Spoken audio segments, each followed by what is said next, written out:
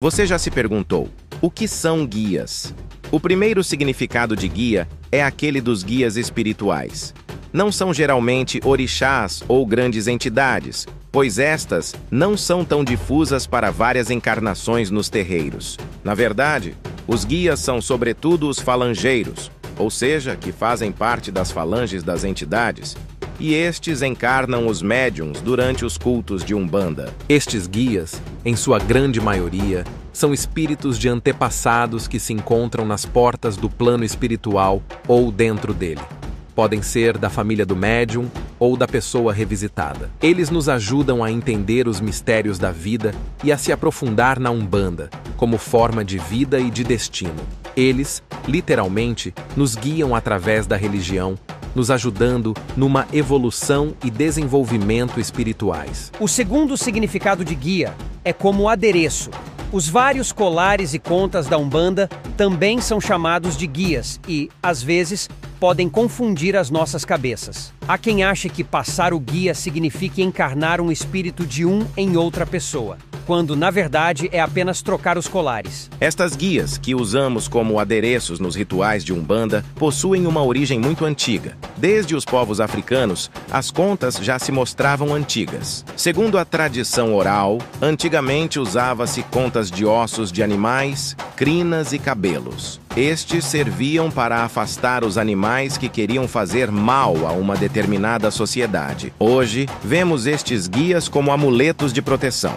Os cabelos não são mais utilizados, entretanto, ainda se usam muitos dentes de animais e pedaços de ossos, mesmo que algumas entidades o proíbam. Assim, vemos que o guia espiritual nos guia através da religião e de seus preceitos, nos ajudando a sermos seres melhores, enquanto o guia, como adereço, nos faz umbandistas, com o traje e toda a fé que precisamos. Ambos simbolizam uma proteção.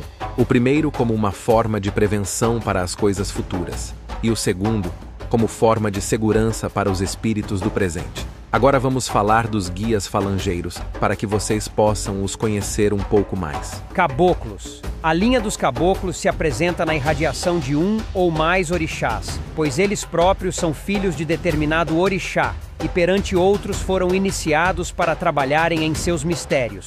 Exemplos: Caboclo Pena Branca, de Oxóssi e Oxalá; Caboclo Pena Dourada, de Oxóssi e Oxum, e assim por diante. Os caboclos são espíritos muito esclarecidos e caridosos, assim como os pretos velhos. Tiveram encarnações como cientistas, sábios, magos, professores e intelectuais.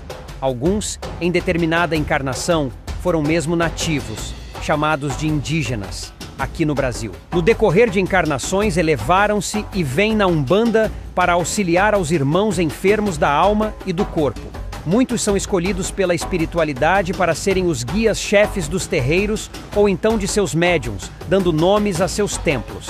Na linguagem comum, a palavra caboclo designa o homem nativo, às vezes mestiço de branco com indígena, mas na Umbanda o significado vai além. Os espíritos que se apresentam na Umbanda como caboclos assumem a forma plasmada de índios em homenagem aos povos nativos do Brasil e de outras regiões da Terra, que nutriam uma forte relação de amor e de respeito à natureza, e muito contribuíram com seus conhecimentos e valores morais e culturais para a formação da nossa pátria. Os caboclos nas giras de Umbanda são um exemplo de forma de vida simples, natural, livre de preconceitos e artifícios, de arrogância e de vaidade. Sua atuação junto de nós é libertadora, própria daqueles que evoluíram. O orixá que rege essa linha é Oxóssi, e sua saudação é Oque Caboclo. Temos também os pretos velhos. Os pretos velhos na Umbanda são entidades elevadas que se apresentam estereotipados como anciãos negros, conhecedores profundos da magia divina e da manipulação de ervas. São excelentes mandingueiros, mestres dos elementos da natureza, os quais utilizam em seus benzimentos e trabalhos espirituais. Crê-se que, em referência à dor e aflição sofrida pelo povo negro durante a escravidão, a linha de pretos velhos reflita a humildade, a sabedoria, a paciência e a perseverança. Vale dizer que não necessariamente todos foram escravos. Sua sabedoria e humildade são características marcantes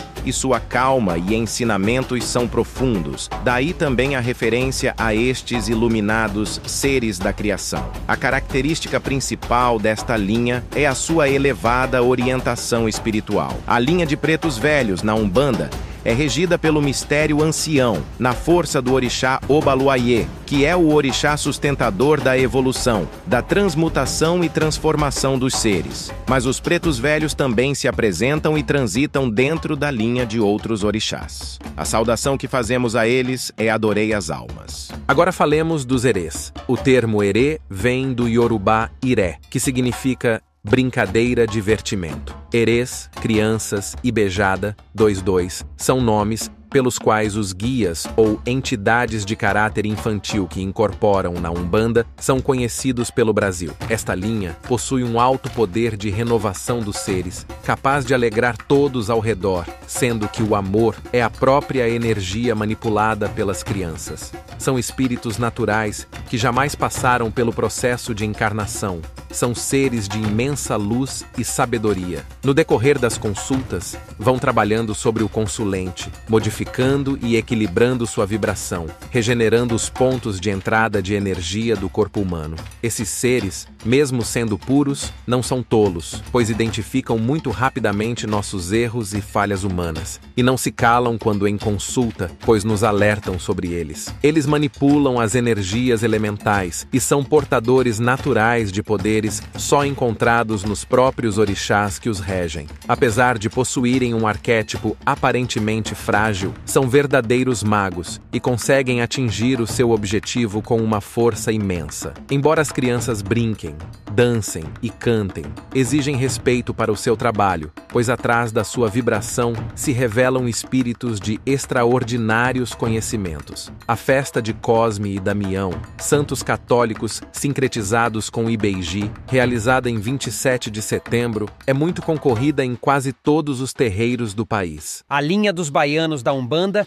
engloba espíritos de antigos sacerdotes da Bahia e de outras regiões, tendo a regência direta da orixá Iansã. Esta linha surgiu para homenagear os antigos pais e mães no Santo da Bahia, que foram os primeiros a trabalhar para a preservação e a divulgação do culto aos orixás em nosso país e enfrentando toda sorte de dificuldades e preconceitos. Também tem uma ligação com os orixás Oxalá e Oiá Tempo, já que seu arquétipo diz respeito a questões da fé e da religiosidade. Manifestam-se de forma alegre e movimentada e gostam de uma boa conversa. Nos trazem seu axé, sua energia positiva e têm muito a nos ensinar, sempre com uma resposta certeira e rápida para as nossas dúvidas e questionamentos. Na sua forma de trabalhar, trazem muito das qualidades de Mãe Iansã.